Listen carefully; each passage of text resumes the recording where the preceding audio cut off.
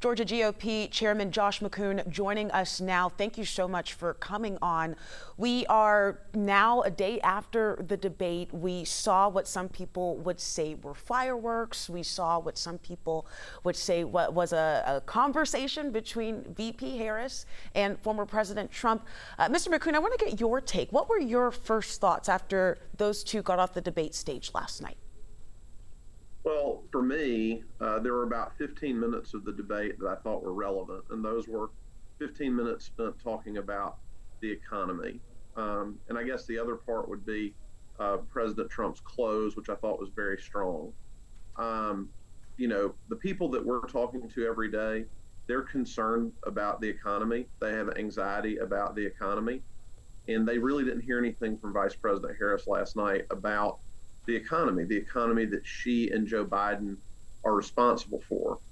And so I think that the advantage definitely was to President Trump last night, to that small population of voters that are still undecided.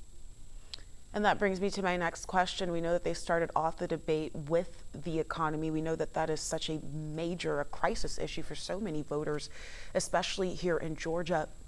We also know that the vice president, she was kind of tasked, according to those who are helping her to prepare, to try to get under the former president's skin, trying to bait him.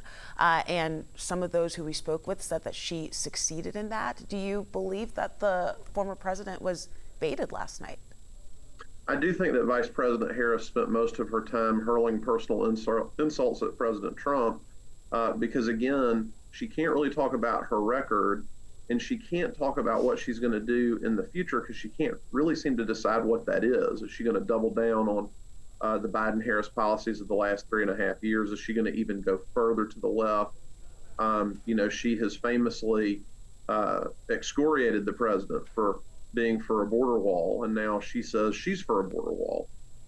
She cast the tie-breaking vote to put 87,000 new IRS agents on the force to go after taxpayers. Now she says she's for no taxes on tips, as President Trump famously declared several months ago. So yes, I do think she spent most of her time trying to get into a personality discussion, because if we have a discussion about the issues, quite frankly, Vice President Harris loses every time. And something that I keep hearing from Georgia Republicans is focus on the policy, don't focus on the personality. But the former president does have that personality factor there that some undecided voters could see and just do not gel with. I want to ask you this, Chairman McKoon. Do you believe the former president was prepared for that debate last night? And I ask you because some of the folks that we spoke with after the fact was saying, maybe he shouldn't have brought up the Haitians eating cats. He should have just focused on his policy. He shouldn't have gone on these side tracks like he generally does. Do you think he prepared properly for that debate? I think he absolutely did. And I think the discussion about Haitian migrants fits into a broader discussion we are having about the impact of immigration on this country, particularly unregulated, uncontrolled, illegal immigration into this country. And you have small towns like the one that has been discussed quite a bit, Springfield in Ohio, that have been overwhelmed by populations that they're not prepared to accommodate. And it's to the detriment of the people that have been living here legally. And so I think that President Trump brought that up again to underscore the point. So much of these debates are trying to grab voters' attention and remind them of issues and who would lead better on those issues. There's really no debate. If you look at the polling in this race, Americans believe that President Trump is better on the economy and better on immigration. So if voters are deciding who they're going to vote for based on those issues, they're going to break for President Trump. And so I think he was making the case masterfully on the economy and on immigration during those 90 minutes of who's going to be the better choice, who's going to be the person that can be that change agent.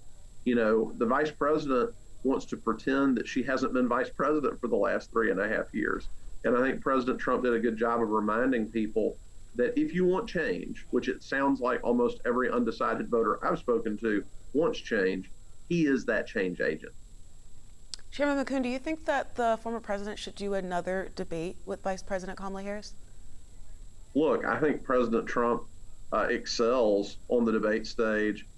He has been very happy to give plenty of unscripted interviews, hold press conferences. He's holding another press conference this Friday. What's incredibly disturbing about this race is Vice President Harris, who didn't go through the normal primary process, right, did not win a single primary election, was installed as a major party nominee for president. Other than last night, she has had no unscripted interviews, no freewheeling press conferences. This is an audition to be the leader of the free world, and she ought to be making herself available to have these questions asked. This bunker strategy that was utilized by Joe Biden in 2020 does not serve the American people. It does not serve American democracy. And so I'm all for President Trump appearing in as many debates. If that's what it takes to get Vice President Harris to actually answer some questions, if she's not going to do it in any other forum, then I think it's important to continue to do those.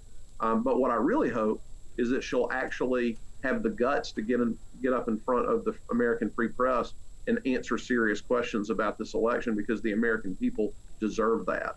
And we did see her give an interview with both CNN and the Ricky Smiley morning show. A lot of people, like you said, want to see her give more interviews, so we'll certainly see if she does that. Chairman McKoon, I want to ask you this, though.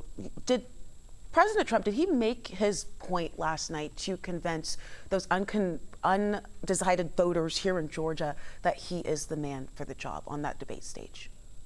I think so. I mean, I think if you look at the instant sort of polls that were done afterwards of undecided voters, that President Trump was making the points he needed to make. You look at the New York Times coverage this morning, you look at the CNN polling. CNN actually shows him polling even stronger, opening up a 20-point lead over Vice President Harris on who would do better in terms of the economy. So I think it's sort of a tale of two debates in a way. The expectations for Vice President Harris had been set extremely low. And so pundits are, saying, oh, well, she did great.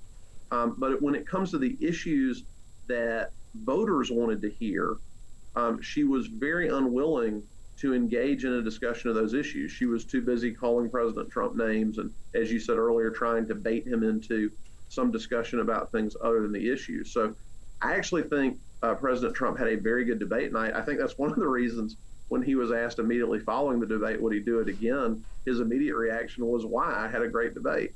So yes, I think President Trump accomplished what he needed to accomplish last night. And then my last question for you, Chairman. We have under 8 weeks until Election Day here in Georgia. What more does the Georgia GOP need to do to motivate voters to get out there and vote for your candidate? So much of it's just voter contact, right? Calling people on the phone, door-to-door canvassing, reaching them through the mail, just reminding people over and over again of the importance of voting, and particularly, I will say, the importance of voting early.